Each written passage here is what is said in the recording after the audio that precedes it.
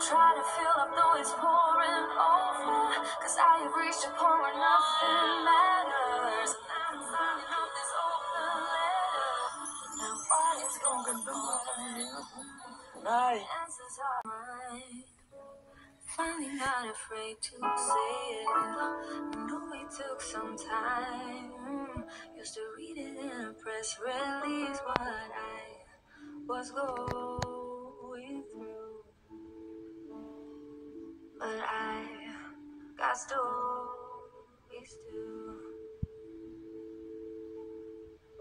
The fear of being last, like everybody knows when you don't. If every feeling passed, then why am I still stuck with this one night? Fill up though it's pouring over, 'cause I have reached a point where nothing matters, and I'm signing off this open letter. I go down in blue, and that will be on you. Now what is going on? The answers are right here reflected. Still you get it wrong, 'cause catch it when you want it. Try to fill up though it's pouring over, 'cause I have reached a point where nothing matters, and I'm signing off this open. Ka? Ingat na lang kasi baka mahulog ka. Tapos yun, next naman, dun sa kwarto natin. Kwarto ko lang. Ay, kwarto mo pala. Kwarto mo lang. Sorry. Sige, dun na tayo sa kwarto mo. Wow! Hello, balita. Wow! Uy! Grabe, may aircon na. Dito lang po yung kabahayan namin dun eh. Yung dati namin bahay. Yung ganito lang ka lang? Kaya right? Oo, ito lang yung bahay nila namin. Ayun nga, no? Isang kwarto mo ngayon. Ako yung palahan. Opo. Ito na lang yan. Kwarto niya lang. Grabe, malaki. Ito ba nung bed niya? Oo po, may kanta rin, may Carla, meron pa. gaming chair. Thank you so much po. Tapos hindi ka na masyado mainitan kasi may aircon ka. Pwede ba akong makitang kayo dito?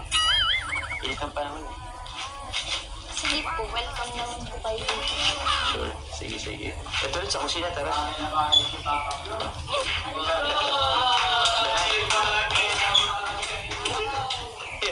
ito na siya. Alam mo yung parang tayong after ikasal may mga regalo. Mga kitchenwares, mga... Thank you so much. Kompleto na, no?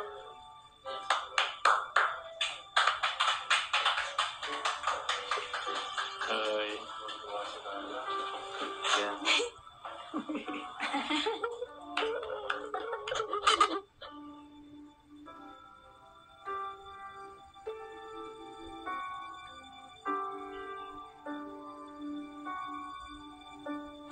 Pangarap ko talaga, gusto mo talaga magtrabaho po talaga kami.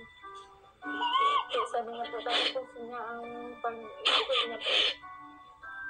Para nagawa niya daw po kami ng magandang harong, magandang buhay. Kung ano po ito, nag-ano po talaga, nag-i-school, nagtatrabaho. Pag bakasyon po talaga nagtatrabaho. Para may pang-ano po siya makapagpatuloy niya. Ganyan po. Ang galing ni Carla, maaga niya kayo natulungan, ano? Hindi na siya, ano, napasta baga.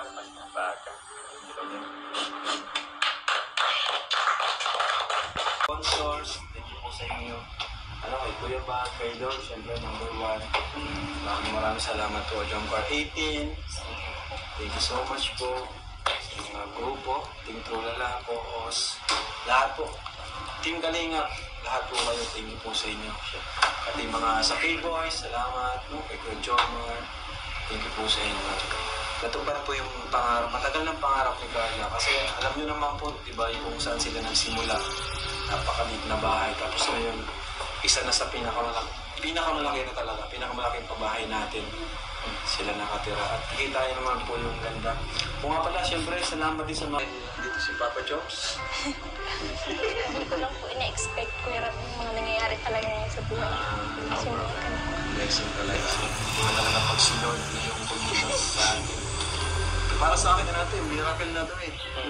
Isang miracle na ito na yung kagaya nila nanay, kagaya kahirap is magkakaroon ng ganito. Diba? Kumbaga sa bihirang mangyari sa itong buhay na Tsaka parang ang bilis ng bihirang mangyari. Thank you so much po, Kuya. Bata ka pa lang, di ba tayo mga kabataan nun? Nakakatuwa. So, thank you po. Tapos na po yung bahay ni Carla. Carla, baka may gusto kong sabihin. So much po sa lahat ng nag-sponsor po. Siyempre, unang-una po kay Gary. Kila Kuya Rab, kay Kuya Bal, kay Ate Edna, at kay Ate Jack. Sa lahat po ng sponsor, sa Team John Carl 18, sa lahat po ng members and admins.